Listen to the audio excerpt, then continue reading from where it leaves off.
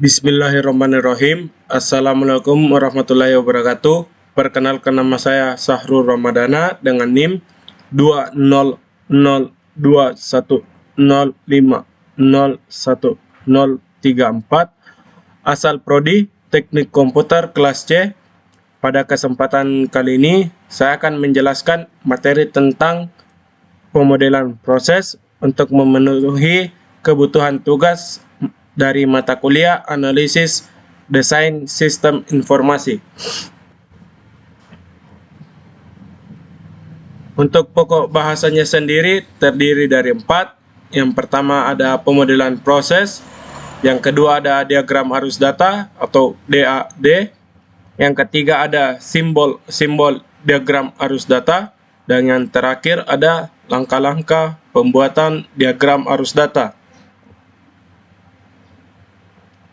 Untuk tujuannya sendiri ada 2. Yang pertama itu tujuan pemodelan proses ialah merepresentasikan objek nyata atau realita sebagai seperangkat persamaan matematika, grafis, ataupun bagan agar mudah dipahami oleh pihak yang berkepentingan. Untuk tujuan yang kedua yaitu tujuan diagram aliran data adalah alat pembuatan model yang memungkinkan profesional sistem untuk menggambarkan sistem sebagai suatu jaringan proses fungsional yang dihubungkan satu sama lain dengan alur data, baik secara manual maupun komputerisasi. Pemodelan secara umum dimengerti sebagai proses merepresentasikan objek nyata atau realita sebagai seperangkat persamaan matematika, grafis, ataupun bagan agar mudah dipahami oleh pihak yang berkepentingan. Lebih khusus lagi, istilah ini sering digunakan untuk proses menggambarkan konsep yang mewakili objek-objek dalam pengembangan sistem informasi.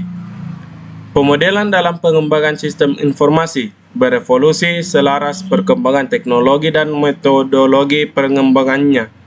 Teknologi objek membutuhkan pemodelan yang relevan, sehingga menciptakan standar pemodelan untuk pengembangan sistem dengan pendekatan objek atau yang lebih dikenal dengan UML atau Unified Modeling Language.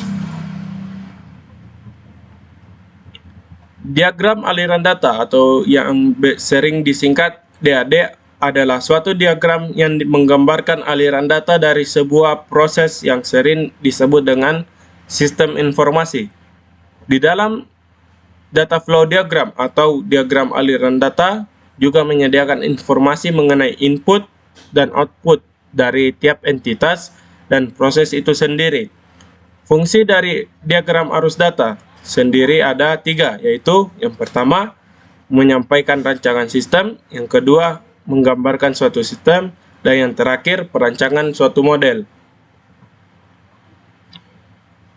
Untuk simbol-simbol diagram arus data, yang pertama ada lingkaran untuk menggambarkan proses, yang kedua ada persegi untuk menggambarkan entitas luar, yang ketiga ada anak panah atau tanda panah untuk menggambarkan arus data, dan yang terakhir atau ada garis sejajar untuk menggambarkan simpanan data atau data simpanan atau data storage.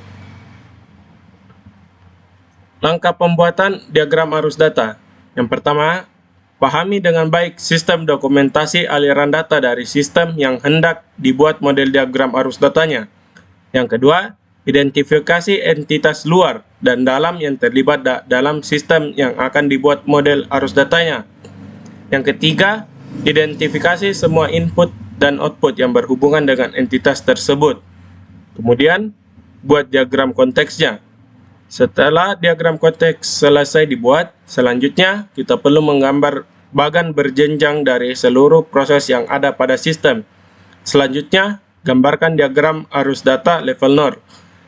Dan yang tahap terakhir, jika perlu, menggambarkan diagram arus data untuk level-level yang lebih lanjut. Demikian presentasi materi saya. Mohon maaf bila ada kesalahan kata. Wabillahi taufiq wal hidayah. Assalamualaikum warahmatullahi wabarakatuh.